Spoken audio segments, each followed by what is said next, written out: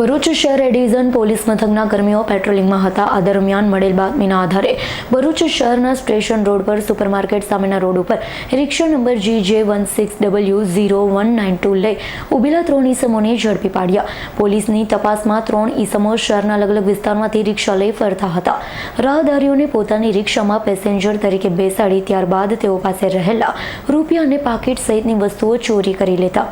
પોલીસે સમગ્ર મામલે કાદરભાઈ અબ્દુલભાઈ શેખ રહે મુસ્લિમ સોસાયટી કોસંબા, અમીન હનીફ નાના બાવા રહે મુસ્લિમ સોસાયટી કોસંબા તેમજ ઇમરાન યાકુબ પટેલ રહે સુરતી ભાગોળ અંકલેશ્વર નાઓની ધરપકડ કરી તેઓ પાસેથી ઓટો રિક્ષા, મોબાઈલ 3 તેમજ 18,000 ઉપરાંતની રોકડ સહિત કુલ 89,000નો મુદ્દામાલ કબજે કરી તમામ સામે કાયદેસરની કાર્યવાહી હાથ ધરી છે. આજથી 3 દિવસ પહેલા ભરૂચ શહેર એ ડિવિઝન પોલીસ સ્ટેશનમાં એક ફરિયાદીએ આવીને પોતાની ફરિયાદ હકીકત જણાવેલી કે પોતે એક પેસેન્જર રિક્ષામાં ભરૂચ રેલવે સ્ટેશન ઉપરથી બેઠેલો અને રિક્ષામાંથી ઉતર્યા બાદ એના ખિસ્સામાં ચેક કરતા રૂપિયા 15,000ની ચોરી થયેલાને જણાવેલું. તો આ બાબતની ફરિયાદ એ ડિવિઝન પોલીસ સ્ટેશન આપતો પોલીસે ગુનો નોંધી તપાસ હાથ ધરતા જે રિક્ષા ચાલકો ઉપર રિક્ષા ચાલક અને રિક્ષામાં બીજા પેસેન્જર બેઠેલા હતા એમને મળીને આ ચોરી કરેલા હોવાનું જણાઈ આવતા એ દિશામાં તપાસ કરતા ભરૂચ પોલીસે કુલ 3 આરોપીઓની ધરપકડ કરેલી.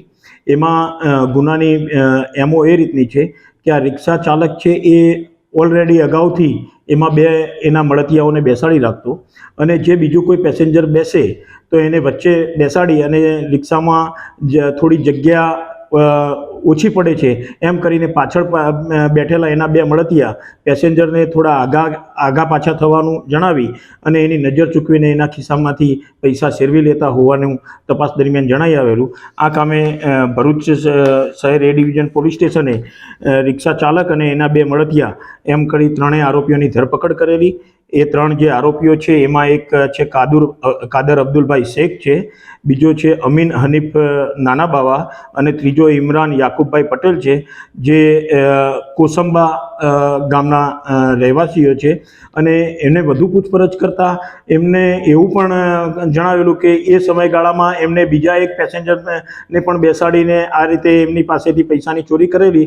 તો શોધખોળ કરી એ ફરિયાદીની ફરિયાદ લઈ બીજો પણ ગુનો આરોપીઓના વિરોધમાં નોંધીને પોલીસે આગળની તપાસ કાર્યવાહી હાથ ધરેલી છે. રિયાઝ પટેલનો રિપોર્ટ S9 ન્યૂઝ ભરૂચ. અમારી તમામ માહિતીથી અપડેટ રહેવા માટે જોડાયેલા રહો S9 ન્યૂઝ સાથે.